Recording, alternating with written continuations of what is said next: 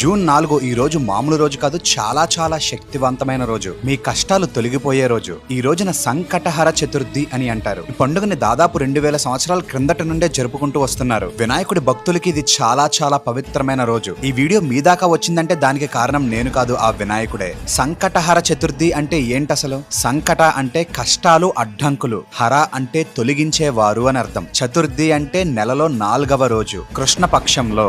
అంత పరమార్థం ఉంది ఈ ఒక్క పదానికి. అంటే ఈ రోజు ప్రత్యేకంగా మన కష్టాలను తొలగించమని వినాయకుడిని మనస్ఫూర్తిగా వేడుకునే రోజు అనమాట. వినాయకుడు అంటే ఎవరు? విఘ్నేశ్వరుడు, గణపతి లంబోదరుడు. ఆయన అనుమతి లేకుండా ఏ పని మొదలు పెట్టినా పూర్తి కాదు అని మన శాస్త్రం చెప్తుంది. ఇంట్లో కలహాలు ఆగటం లేదా వ్యాపార నష్టాలు చూస్తున్నారా? నన్ను నమ్మి మీరు ఈ రోజు ఈ మంత్రాన్ని జపించి నేను చెప్పబోయే పని కనుక మీరు ఆ వినాయకుడికి చేస్తే గణపతి మిమ్మల్ని అనుగ్రహిస్తారు, మీకు మార్గాన్ని తెరుస్తారు. బ్రహ్మ ముహూర్తాన లెగిసి తలస్నానం చేయండి. శుభ్రమైన బట్టలు వేసుకుని వినాయకుడి